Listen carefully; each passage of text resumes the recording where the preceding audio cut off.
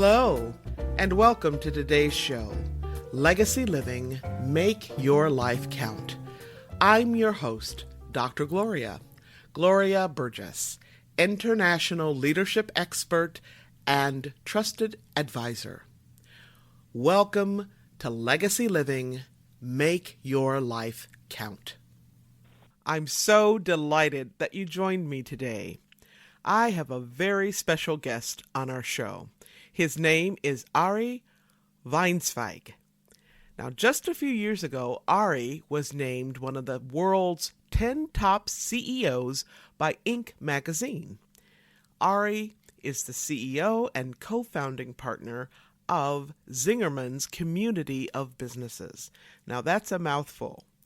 This community of businesses includes Zingerman's Delicatessen, Bakehouse, Creamery, Catering, Mail Order, Zing Train, The Coffee Company, Roadhouse, Coffee Manufactory, Events at Corman Farms, Miss Kim, and Zingerman's Food Tours. Wow, that is quite a community.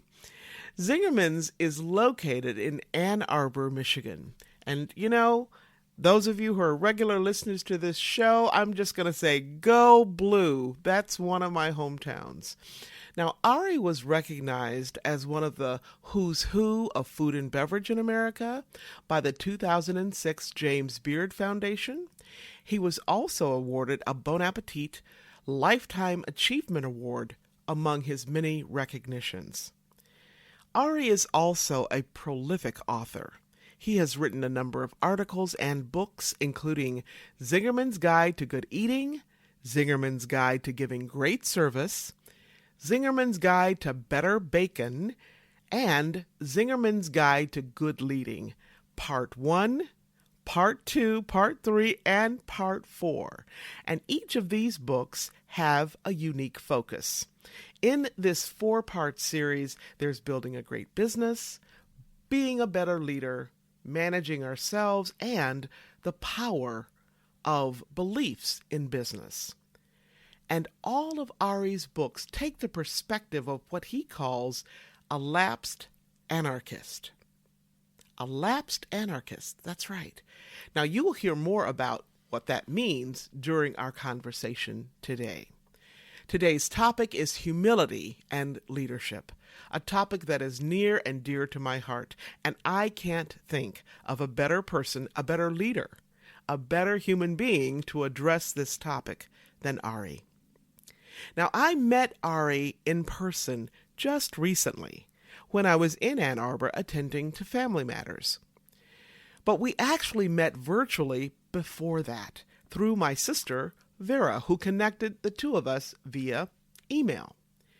Now, when I met Ari through his amazing newsletters and very attentive emails, and then when we finally had an opportunity to meet face-to-face right outside of his Zingerman's Roadhouse restaurant, I heard him speak so passionately about his business and his team, and he was just on fire about it. So I can't wait to host this incredible, humble human being, my friend and colleague, Ari. Now, before I bring Ari on, I want to take just a moment, to connect the dots between today's topic on humility and leadership and legacy living. Now, there are many, many ways that humility and leadership connect to legacy living, which you will hear more about later. But for now, let me say that legacy living is a way of being and a way of living and moving through the world so that we make the conscious choice to be the difference we want to see in the world. We make the conscious choice now, right here, right now, not in some distant future. We make that conscious choice day in and day out, 365, 24/7. Now, more about that a little bit later. Let me introduce you to my friend and colleague, Ari Weinzweig. Welcome to my podcast, Ari. Thank you so much for joining us today. I just want to make sure that the listeners get a chance to hear your voice before I start launching into questions. Well, I'm honored to be here with you, Gloria. Thank you for having me on. Thank you. So, Ari, we are talking about humility today. And I would love for you to just tell us a little bit about how you think about humility, what it means to you, and how you have come to this place around humility.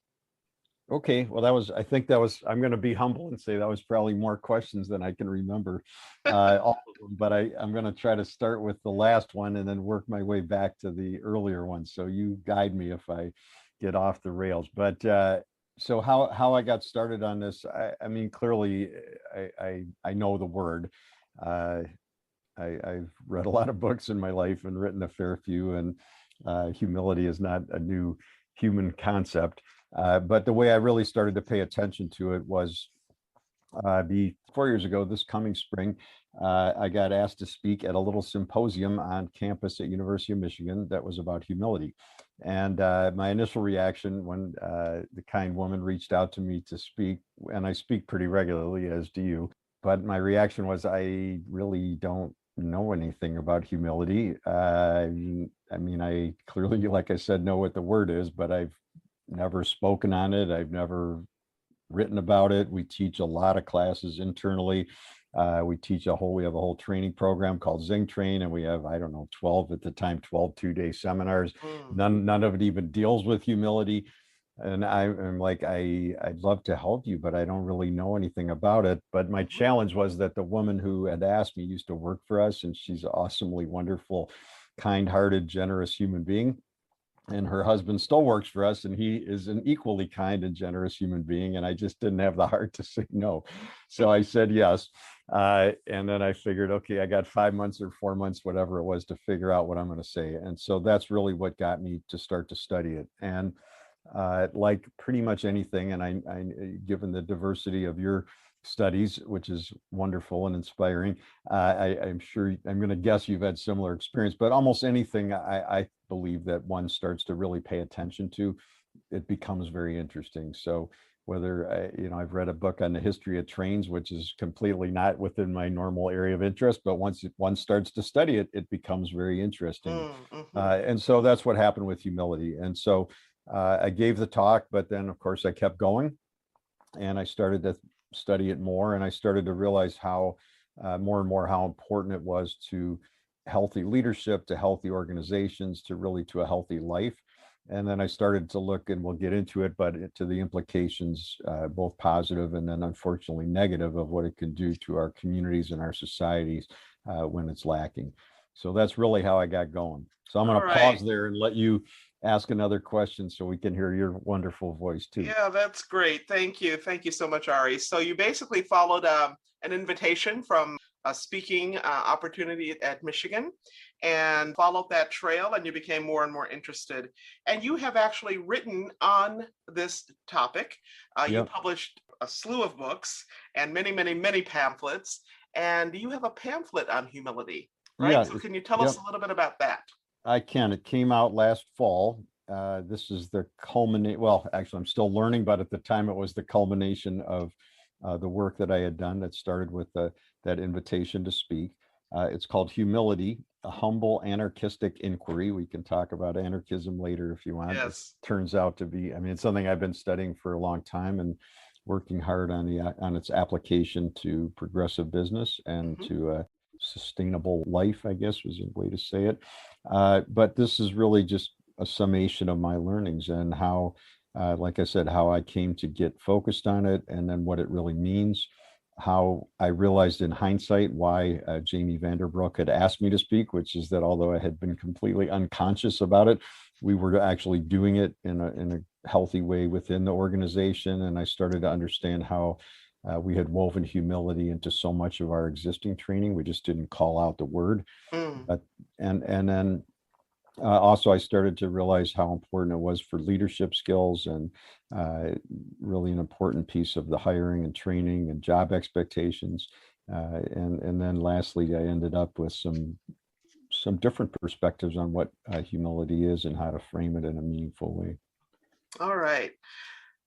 Well, so you think about humility at the intersection of leadership, at the intersection of organizational effectiveness, ecosystems, but I don't want to get ahead of you. So I want to just let our listeners know we're going to go there and talk about those different aspects of humility from your perspective, Ari. But for right now, can you just give like one or two examples of people that you would consider to be humble leaders in your own life? Wow. Well, one of the interesting things, so Patrick Lencioni, Hmm. whose works I know you know, Hmm. uh, has a book out called The Ultimate Team Player. And he distills his research down to three characteristics that one ought to look for to find the ideal team player: humble, hungry, i.e., the pursuit of mastery or greatness, Hmm. and what he calls smart, which doesn't mean intelligence, but more uh, emotional intelligence or the ability to work collaboratively with others, etc.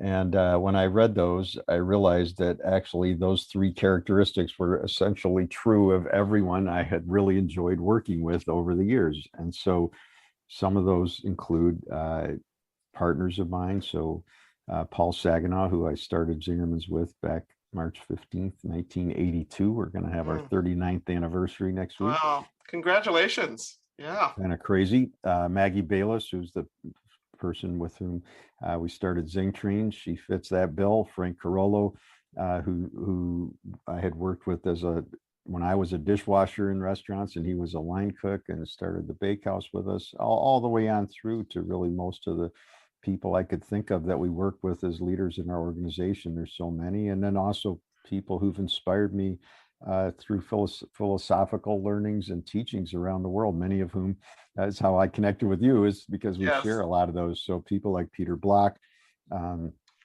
Maya Angelou, people, I just was quoting Toni Morrison for the e-news I'm working on today. I mean, all of these people, I got Bell Hook's book on love at the top of my stack. I mean, they're all people who are coming in their own imperfect ways, like all of us, from places of humility. And Hmm. so I think really who's not humble, and I don't say this to place blame, but I mean, it's the people who act full of themselves. And I have come to believe mostly that comes out of their own internal insecurities and anxieties, which we all have, just that's how they deal with it. And uh, in my experience, it's not the most wonderful way to manifest it in the world. Yeah. But I believe most of us have the same anxieties. It's really and the same self doubts. And um, I'm trying to remember her name. I was just listening to a wonderful scholar did an interview uh, with Brene Brown, and she was sharing her own anxiety as a Black woman who had achieved. She's written a wonderful book and great achievement, and she was talking about her self doubt. And I'm thinking I have the same self doubt, and I'm Mm. 39 years in business, in a world renowned business with whatever we have, 550 employees. And I still feel that doubt every day.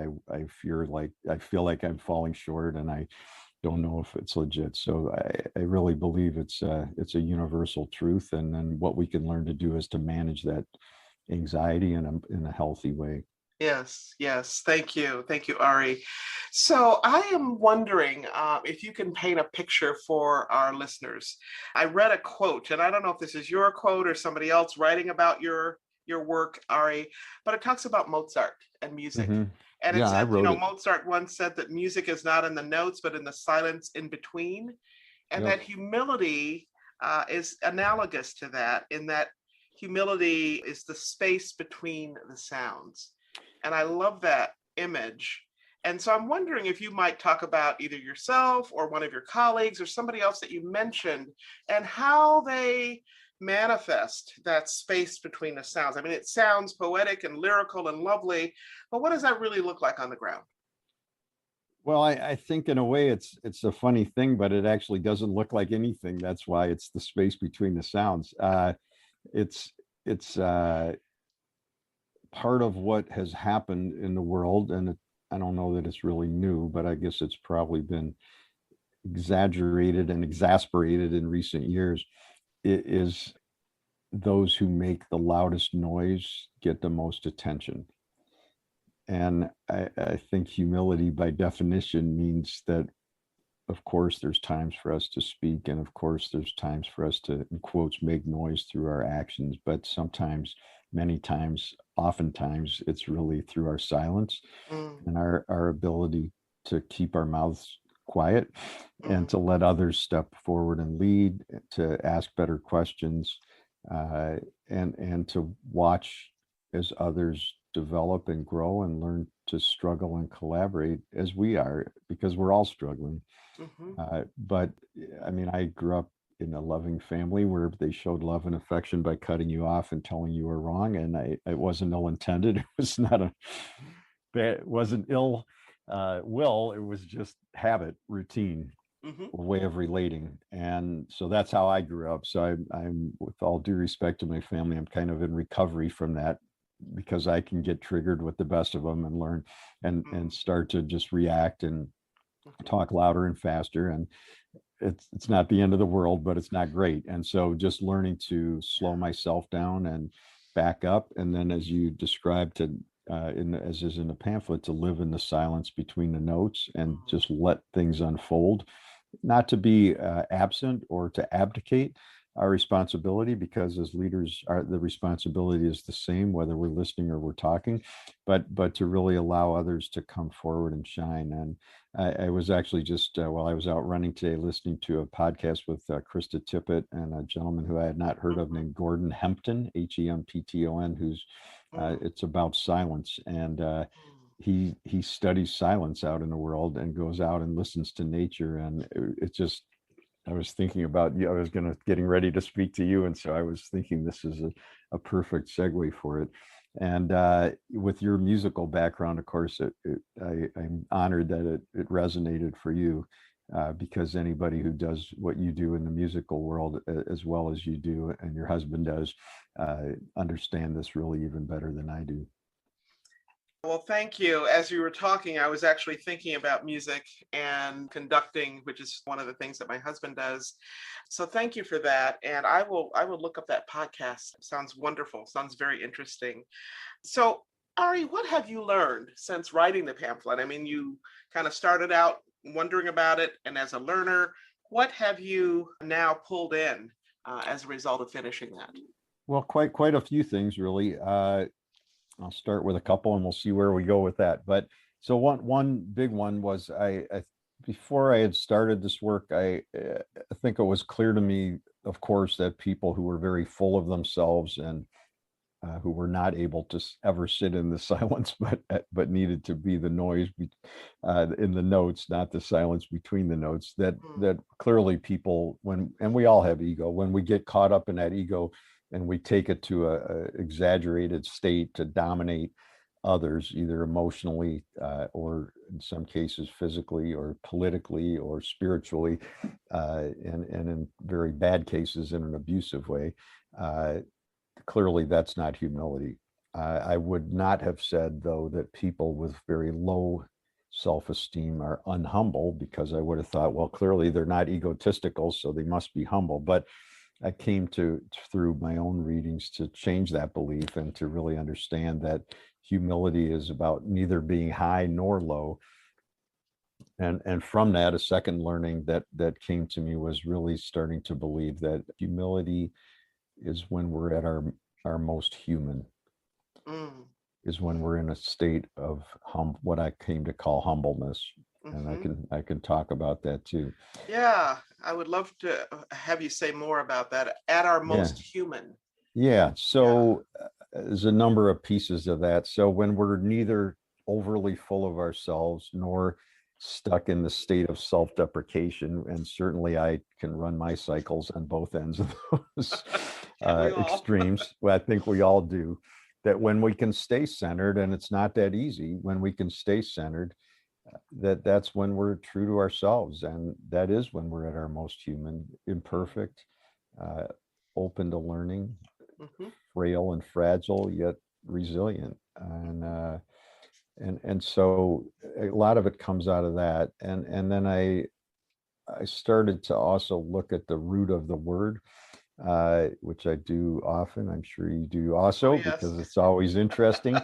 And then you mentioned ecosystems, and this connected with work I've been doing on, in a way, a different subject, but of course everything in the ecosystem is related one way or the other, and this turned out to be too. But so humility comes from humus, from the earth, and of course in the Bible, Adam, the first man, that his name in Hebrew, Adamah, means earth. So, and of course the story in the Bible is that he was created by God from the earth. So regardless of one's religious beliefs is not the point, but it's just that it comes from that same place of groundedness and connection to nature and connection to the earth. So it really came out of that. And that the humus, the topsoil, the most important piece of what plants grow in is the humus. And in the same way, the most important thing, or one of the most important things for growing healthy people in organizations, is also humility, because without the topsoil, plants don't grow well. Without the humility, people don't grow well. Mm. Yeah, thank you. You must have been reading my mind, because I went to that root word too. So that's great. Yeah. Yeah, I love that. So, Ari, can you talk a little bit about what humility has helped you understand about the state of our country right now? Yeah. I when I started this study, I didn't really realize at all how important it was going to be in the context of what you just said, of understanding the state of society, not like the society, and I'm a part of it, so I'm not looking at it as an outside critic. We're all part of the problem, and we're all potentially part of the solution. But I didn't know when the pamphlet was going to come out. It was not planned as some sort of massive social statement and commentary. It was just work I'd been doing for a long time. But a couple of very current event related subjects that are at hand. So one is, if we're in a state of what I now would refer to as humbleness, and we can come back to that in a bit, but if we're in a state of humbleness, we're not better than anybody, and we're not worse than anybody. And this is going back to the ecosystem. In nature, there's really no hierarchy. Everyone and everything is important. We're all different. We all play an important role. In the moment, one person's role might be different as the conductor of the orchestra. If I'm in the audience and I go to the bathroom, nothing's going to happen. If you do, the show's in big trouble. Doesn't make you a better person or me a worse person. It just means in that moment you have a particular importance. So it's not. This is not to deny that important role that you play, but it just to not tie value as a human being to the role people are playing, or of course to age, gender, race, religion, political beliefs. And to come back to the belief that I have long held, and this goes into the anarchist stuff, that everybody is equitable, everybody is equal, not the same. In fact, no two people are the same, but everybody is equal, and that everybody is an important, creative, intelligent human being, and that my job, and I don't get it right every day, my job is to treat them with dignity and honor them for who they are. And that's a never-ending challenge, because I fall short. But that's that work. So if we're all coming at our lives treating everyone as an equal, then racism can't exist, because racism, anti-Semitism, the belief women can't be leaders, these things all come from hierarchical thinking, which is so implicit, embedded in our culture, that all of us, me included, grew up with it, and we don't even know it's happening. I tell the little anecdote in the book, in the pamphlet, which I didn't make up, but of the two fish swimming along, having a conversation, and one fish says, "Yeah, that guy, he's like a fish out of water," and the other fish goes, "What's water?" And that's really what I've come to realize hierarchical thinking is like, and it's so endemic that people unwittingly we just fall into it. So people say, like, what's the most important thing we need to know? What's the key element? What's the biggest mistake you've ever made? What's your biggest success? What's your proudest moment of your life? And I'm thinking, in hindsight, in a natural ecosystem model, why do I have to pick? There's no reason to rank them. The problem is, when we're thinking hierarchically, then either I need to be better than you or you're better than me, because we can't really be on par, if that makes sense. I mean, it doesn't make sense, but that's the way we've been trained to think. And there's a second piece of this too, which I think is antithetical to true humility, and that's that we've been trained to hold the belief that we can assign an identity to a group of people. Women do this. You know how men are. And then it degenerates from there into, this is how Black people are, this is how Jews are, this is how Catholics are, and it's just, whether it's ill-intended or not, it creates what I would suggest is a dehumanization that's antithetical to true humility or humbleness. Yes. And so when you combine that kind of group assignment of identity with hierarchical thinking, it doesn't take you long to arrive at the conclusion that either my group's going to be better than yours, or yours is going to be better than mine. In a hierarchically minded world, who wants to be worse? Somebody has to be on the bottom. And so this thinking manifests in the US a lot through racism. It manifested in Nazi Germany and much of Europe for centuries in the treatment of Jews. There has to be somebody who's pushed to the bottom. Yes. And maybe it was women. It was traditionally women in the household. But the point is just to really come at it alternatively from a place of humility, of humbleness, where we treat everybody with dignity, where we're no better and no worse than anyone else. Yes, thank you. Thank you. I often think about birthright dignity, that everyone has that. And, if we begin there, then we create a whole different paradigm, right? Absolutely. I wrote a piece about dignity over the summer, and I started to realize that's really one of the key metrics I would suggest of a healthy culture, whether it's at our business or in society at large. If everyone's treated with dignity, we're still going to make mistakes. Absolutely. But if I forget to call you back, but I treat you with dignity, you're gonna forgive me, and life's gonna go on. Absolutely. If I slip, but it comes from a dignity based relationship, we're going to be okay. So that's one big piece of current events. And then the other big piece is it's a pandemic, which no one alive has been through. And so humility would dictate that we would ask for help. Humility would dictate that we acknowledge that we don't really know what to do. Humility dictates that we understand our essential helplessness in the face of it, and then together come up with ways to start to address the issues at hand. Yes. But and I don't really per se want to get into politics, but if we have leadership that is not humble, then we flail around intellectually and emotionally trying to hide the problem, deny the problem, yell at the people who know more than we do so that we feel better about ourselves, et cetera, et cetera. And none of that goes to finding quicker solutions that are more holistically sound. So I didn't think about either of those per se when I took on the challenge of learning about humility. But as you know, and I know, I mean, the horrible killings over the course of the spring and summer, which of course are not really new. I mean, as horrible as they are, we know it's been going on for centuries. Right. And certainly this is not the first time a leader acted unhumble in the face of a crisis, but we know that humility and humbleness leads to better outcomes that help more people. So yeah, thank you, Ari. I want to just pause here just a moment,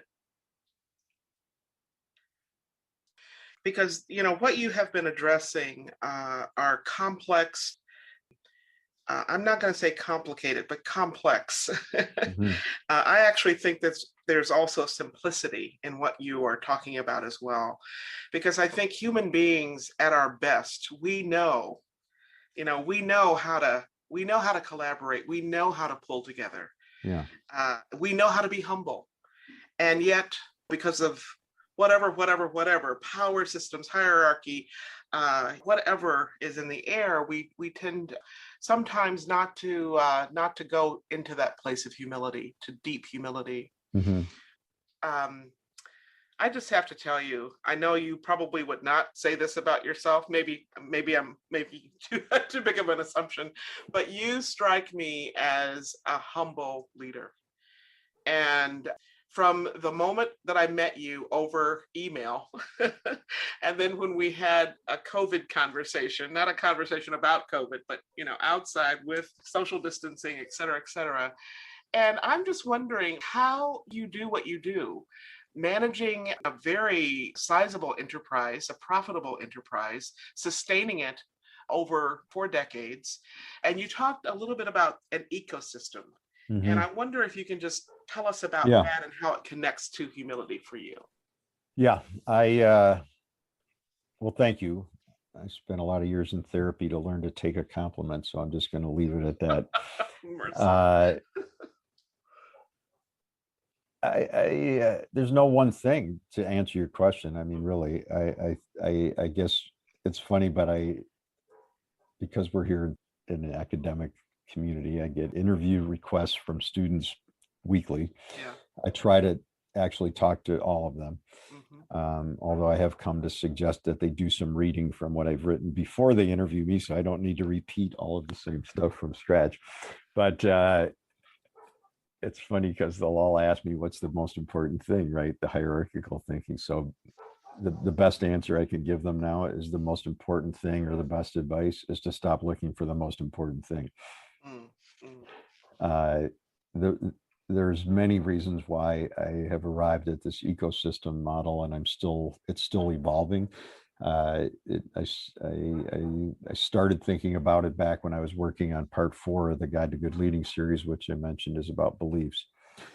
As I studied beliefs, and it became ever clearer to me that all of our all of our behaviors, other than some instinctive reaction if somebody throws a rock at you or whatever, other than that, every action we take, including you and me being on this podcast together, the work that we do, how we relate to our significant others, the way we treat our colleagues or the person at the drugstore, all of that is based on our beliefs. And I started to realize that although no one really talks about those beliefs, or rarely talks about them, they are what underlies the actions. And so the image came into my head that the beliefs were very much akin to the root system of our lives. mm, Uh, mm. and that you couldn't see them, like I said, but what was happening above ground was always correlated. Alexander Berkman, the anarchist, once very helpfully for me said, "You can't grow a rose from a cactus seed." So I came to realize negative beliefs will always lead to negative outcomes. Uh-huh. You can make action and noise, as we've experienced nationally, but you can't really create healthy, positive outcomes except from positive beliefs. And that doesn't mean there's no problems, but you can have a negative belief about a problem, like we're victims, or you can have a positive belief, which is, this is horrible, it's a tragedy, it's terrible, let's get to work and try to do something about it.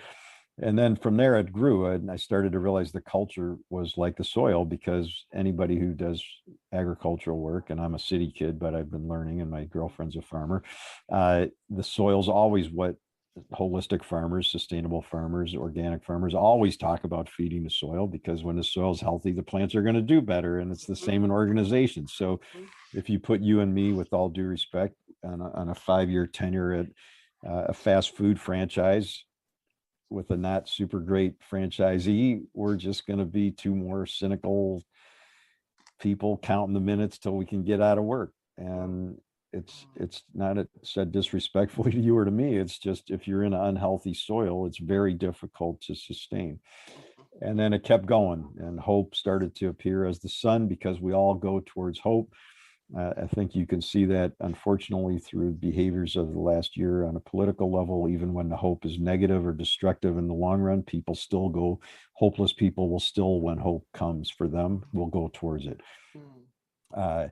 Spirit of generosity, I started to see like water, because nothing grows without it. Purpose, I started to see as air, because I was reading Rebecca Solnit, whose books I love. And she asked what I know she didn't invent, but I saw it in her book, so I give her credit, which is what goes faster uphill than downhill. And I had no clue. And the answer is wind. So I realized if wind or air is purpose, of course, when we're purpose driven, as you know from your own books and your teaching, we'll go work way harder at something difficult that we believe in than we will at something we don't believe in, even if it's easier. Mm-hmm. Anyway, the concept has continued to evolve, and now it's becoming clear that it's a whole book unto itself. So it's probably going to be part 5 in the series. Yeah. Uh, Yeah. Wow. but I like it for many reasons. I think I have like 20 on my list, but just to give you one or two, it's not hierarchical, which we talked about earlier.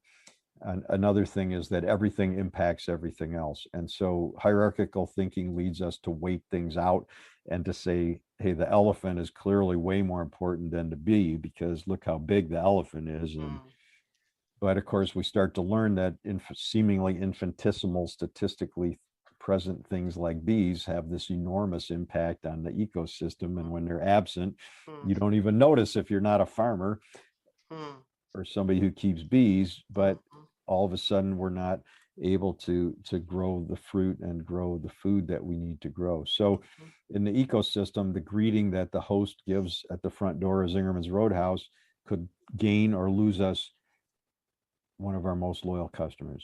Yes. And who cares what I say, that smile or lack thereof, that energy, that or lack thereof. So all of that. And then also it's very important to understand that everything is impacting everything else. And so we had some guests last night at the Roadhouse who had never been there before. Their friend brought them. They're from New York. They were blown away by their meal. Well, I'm going to bet you they're going to end up spending way more money at our mail order over the next 10 years. And they went home with a coffee cake, and the guy's favorite food in his life is coffee cake. So our bakery is going to do well. So although they entered through the Roadhouse, the long-term impact might be really show up even more prominently in other parts of our organization. So when we understand that we're all related, and that how the dignity with which I treat you is impacting my own life, because if I treat you badly, it's going to manifest in the way I greet Tammy when she comes home from the farm tonight, et cetera. So all of those things are part of the ecosystem. And then the humbleness, as we talked about, is the humus, it's the topsoil. And out of that, as I wrote, you probably saw the piece a couple of weeks ago. Somebody asked me, and I didn't know the answer. What does humiliation mean?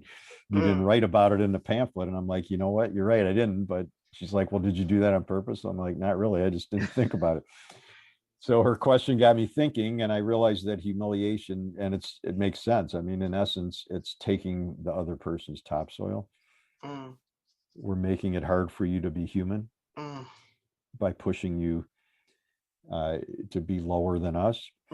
And not shockingly, this is what human beings are doing to the planet. Topsoil is eroding, disappearing at an alarming rate, to the point that it's going to threaten our existence on the planet. And this comes also from humans, which includes all of us to some degree, treating nature as if we're better than nature rather than what's true. And I've come to understand, which I never understood as a kid growing up in Chicago, where asphalt was a comforting phenomenon, that we're part of nature, and that we have a responsibility, but we aren't better than anything in nature. We're just part of it.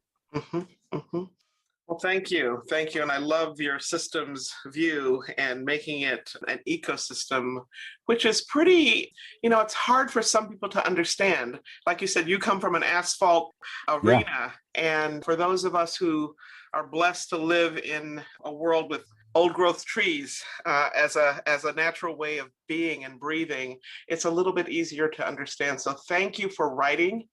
Ari, thank you for thinking, thank you for being, and thank you for breathing life into these ideas, these big ideas, and bringing them down to earth in a way that people can hold on to. And I want to ask you just a couple more questions. Yeah, sure. First of all, where do you find time to write? I mean, mercy. It seems like you have just so many, things going on, and your embrace is so wide. Where do you find the time to write?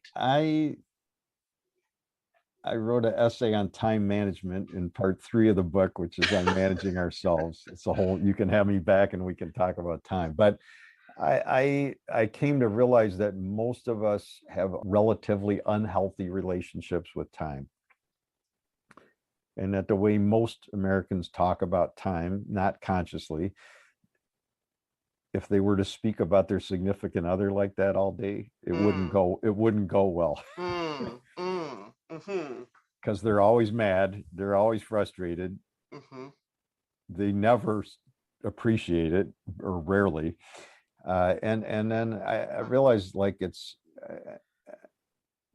people, like, I think about food all the time because I love it and I work with it, but I don't have eating disorders. I just like food and appreciate its beauty. And I'm fortunate that I can afford to eat good food. And I mean, I'm super wealthy, but I'm doing fine. And I am around good food all day. And I feel really fortunate for that. Many people don't have access to the healthful, wonderful, nutritious food that I do. But in the same way, I think it's true at time. And I guess I realized that Sam Keen, whose work you probably also know, is Yes. another wonderful, humble human being. Yes. He said, we always make time for what we truly want to do. Mm-hmm. And I know this is true. Like, I don't play golf at all, but I listen to, when we do Zing train work, and I listen to whatever, I'm stereotyping, so I apologize, but whatever, bankers, and they're like, I can't get in. I'm so behind. Da, da, da. And then, what are you doing this weekend? Oh, I got 2 games of golf. I'm like, okay, so you got time to golf. I'm not judging it, but if you got time to golf, then you got time to write. So I think for me, it's just a conscious choice to put time into certain places, and the Mm-hmm. writing is not something I really ever set out to do. I just came to it really out of frustration, to be honest, with the way other people were writing our newsletter. And in hindsight, it wasn't their fault; it was mine. Yes. But so the more I did it, the more I learned. The more I put that to work in the organization. The more it helped us as an organization. The more energy I felt because I was learning, and Mm-hmm. so it got me on a good cycle. So I just try to be mindful of my time and type fast and Keep moving. get over the perfectionism with which I grew up. Yes. Yes. That's really important when you write. So thank you, Ari. So my last question for now is, you've spoken a little bit about anarchism, and I would love to hear again in your own words, what is the relationship between what you Mhm. do, anarchism, and who Yeah. you are as Well, well. I talk about anarchism because it's so misunderstood. Okay. Mhm. Anarchism is about respect for every individual. It's about freely choosing collaboration and generosity and Mhm. positive beliefs. It's really a way of being. And anarchism is perceived to be chaos, but it's actually all about order. It's just that we freely choose order.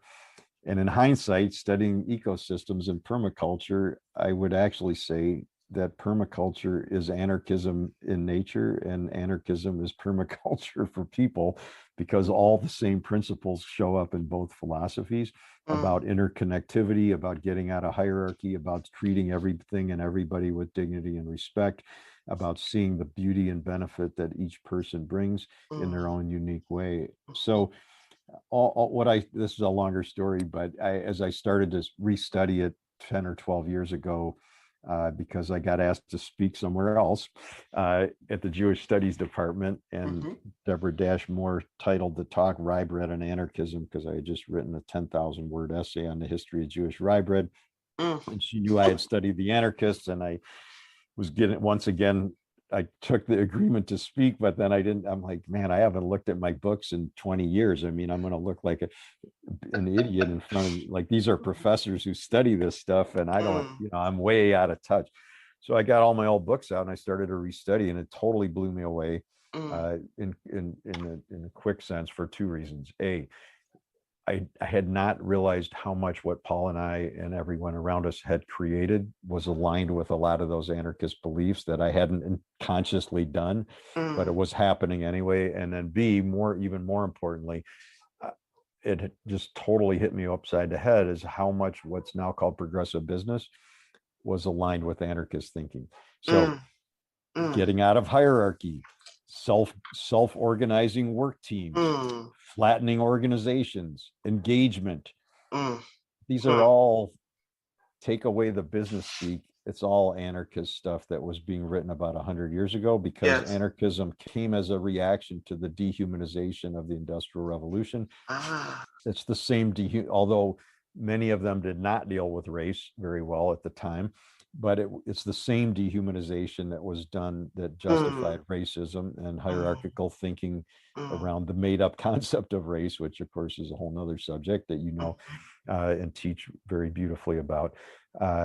So it really, I started to realize that all of this stuff you and I have been talking about for the last hour, treating everyone with dignity, positive beliefs, including everybody actively, these are all the themes of progressive life in organizations, and they're all themes that are embedded in anarchism. And interestingly, Gustav Landauer, who's an anarchist whose work I never read in school because at the time it was only in German, which I'm afraid I'm not able to read, but it was translated about 15 years ago by a guy named Gabriel Kuhn, which allowed me to read it. And it's wonderfully inspiring stuff. He was a good friend of Martin Buber's. He was a pacifist, very spiritual guy. He said many interesting things, but one that totally blew me away is he said, I'm paraphrasing, but he said, the people who pursue the destruction of the state, which is a common theme in anarchist conversations, he said, it's misguided, because when you're trying to destroy the state, you're locked in a relationship with it in the same way that I was locked in a relationship with my mother while arguing with her and refusing to do what she wanted. But in hindsight, it was completely reactive. And so, although it felt like I was freeing myself, it's really freedom from, which is a very unfree way to be. Right. And Landauer said the answer is not to destroy anything, it's to go and create free communities where people can learn to treat each other with dignity, to think freely, et cetera. And when I read that, I was like, oh man, that's what we're doing. And the last quote, and I'll leave you alone, is Landauer said, which really helped me understand. He said, we have no political beliefs. We have beliefs against politics. And that made me realize that anarchism is not a political program. It's not about taking power. It's the opposite. It's a way of life. And it starts with how I treat you, how I treat Tammy, how I treat myself, so that it's not about gaining power. It's about being powerful in a humble way within ourselves. So yes. It starts with us, and it starts with me. Absolutely. Absolutely. So thank you so much, Ari, again, for being my guest on this podcast, for who you are, because that's where your leadership comes from, and all that you do in the world, at Zingerman's and in the community. I just have such high regard and respect for who you are, and just all that you bring. So thank you again. Well, thank you. I feel the same way. And one day I'm going to get out to Seattle or hear you on stage and see you at work. You got to see a tiny bit of what I do, but I look forward to more conversations to come. And thank you so much for the honor of being on the show. So inspiring. Clearly, Ari is a leader's leader. He makes a difference in his own life and in the lives of so many others in his own family and throughout the world in his work as the CEO of Zingerman's Community of Businesses. And as I mentioned earlier, Ari was voted one of the world's top 10 CEOs by Inc. magazine. Now you know why. They lead differently, all of them, including Ari. They lead in a totally unique way. To learn more about Ari's work with the Zingerman's Community of Businesses, you can go to this website. That's www.zingermans.com. www.zingermans.com. And when you go to that site, just be sure to scroll all the way down to the bottom and click on About Us. And you can learn all about Zingerman's vast community of businesses, and you can take a peek at their array of offerings. And hey, why don't you just shop while you're online, right? Just shop right there while you're there. If you're just joining us, I'm Dr. Gloria, and this is Legacy Living, Make Your Life Count. We just heard from my very special guest, Ari Weinzweig, CEO of Zingerman's Community of Businesses.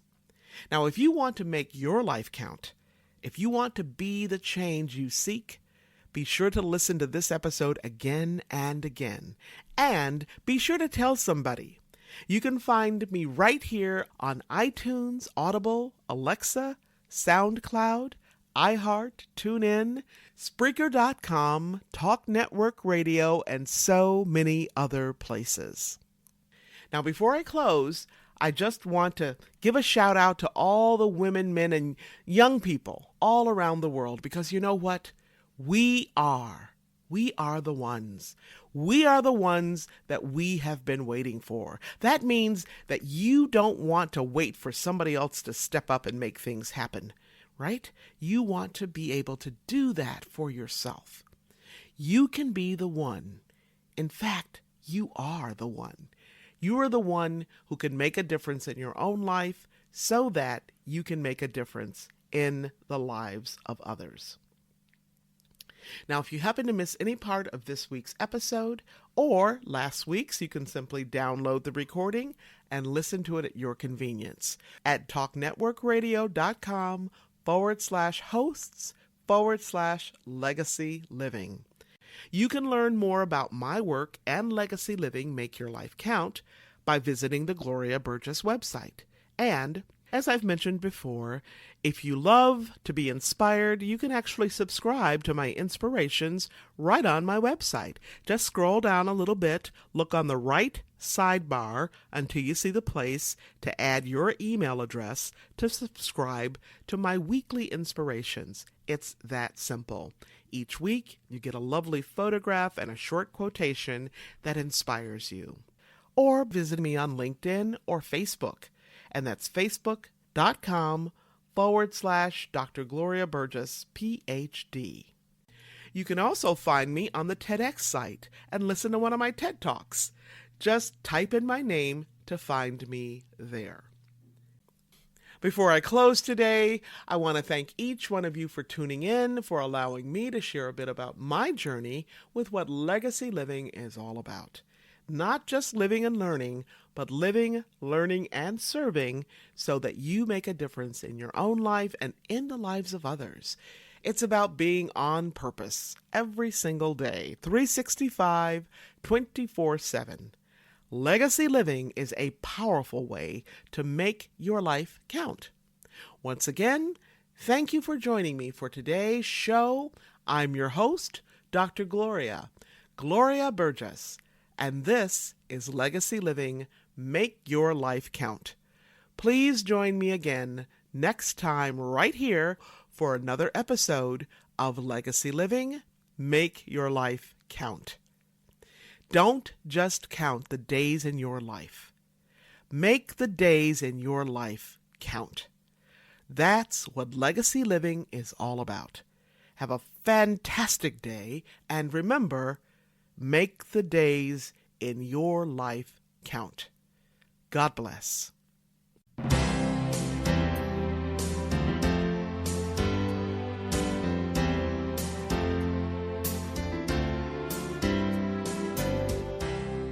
That's our show today. I'm your host, Dr. Gloria Burgess. I hope you'll join me again next time. Until then, don't just count the days in your life. Make the days in your life count. That's what legacy living is all about. Here's to you. Have a fantastic day, and be sure to make it a yes kind of day. Remember to celebrate the music of your life. Make the days in your life count.